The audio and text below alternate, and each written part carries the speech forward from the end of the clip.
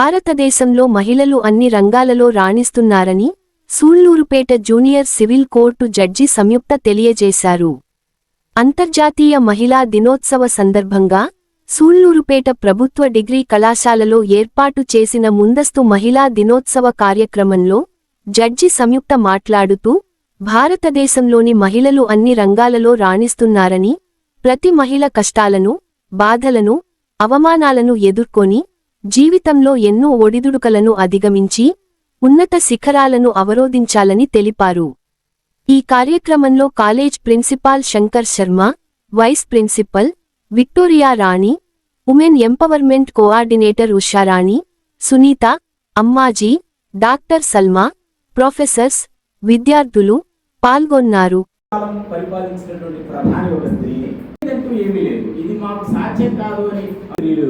పాలన సాగించారు అంటే వాళ్ళల్లో ఎంతటి సామర్థ్యాలు ఉన్నాయో, శక్తి సామర్థ్యాలు ఉన్నాయో వాళ్ళు ఉదితలు నేర్వ in this room and outside. ఈ రూమ్లో చూస్తుంటే చాలా సంతోషంగా ఉంది. Today this room is dominated by majority of women, so this is also an achievement. Very good, I appreciate this gathering. So sir చెప్పినట్టు ఫస్ట్ నేను కూడా అదే అనుకున్నాను, స్టేజ్ మీద నలుగురుంటే ముగ్గురు విమెన్ ఉన్నారు అని నేను మనసులో అనుకున్నాను. సార్ బయటకు చెప్పారు, change can be seen in one room. Principal and faculty అంటే మేజర్లీ ఒక మెన్నే ఉండేవాళ్ళు, but now I see so many female staff members.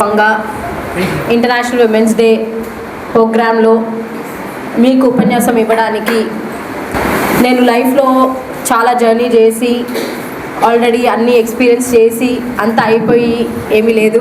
I've just started my journey. మనము ఏ టైంలో అయితే అడ్జస్ట్మెంట్స్ చేసుకోగలమో ఆ టైంలో చేసుకుంటేనే ఫ్యూచర్ అనేది చాలా చక్కగా ఉంటుంది. ఆ రోజు ఎవరైతే ఏడ్చారో ఈరోజు వాళ్ళు ఏమన్నారంటే, మా ఇంట్లో కూడా అంటే వాళ్ళ పిల్లలకి పెళ్ళిళ్ళు అయ్యి పిల్లలు పుడుతుంటే మా ఇంట్లో కూడా ఇద్దరు ఆడపిల్లలే పుట్టాలి, మీలాగే డాక్టరు జడ్జి అవ్వాలి. దాన్ని విని మేము నవ్వుకున్నాము. అయితే అటువంటి సందర్భం ప్రతి ఒక్కరికి కూడా రావాలి. ఎందుకంటే ఒక సాధారణమైన నేను ఆ విధంగా చేశానంటే ప్రతి ఒక్కరు కూడా చేయగలరు అన్నది నా ఉద్దేశం. కానీ ఏదన్నా జీవితంలో సాధించాలి అని అనుకున్నప్పుడు మాత్రం పట్టుదల అన్నది చాలా ముఖ్యం. అండ్ డే 1 నుంచి స్కూల్ నుంచి కాలేజ్లో ఫస్ట్ కోర్స్ స్టార్ట్ అయిన నుంచి ఎండింగ్ వరకు క్లాస్ ఫస్ట్ వచ్చిన వాళ్ళే జీవితంలో సాధిస్తారు అనేది అటువంటివన్నీ ఏమీ ఉండవు. దానికి ఒక ఉదాహరణ నేను స్కూల్లో ఏమంత మంచిగా రానిచ్చిన దాన్ని కాదు.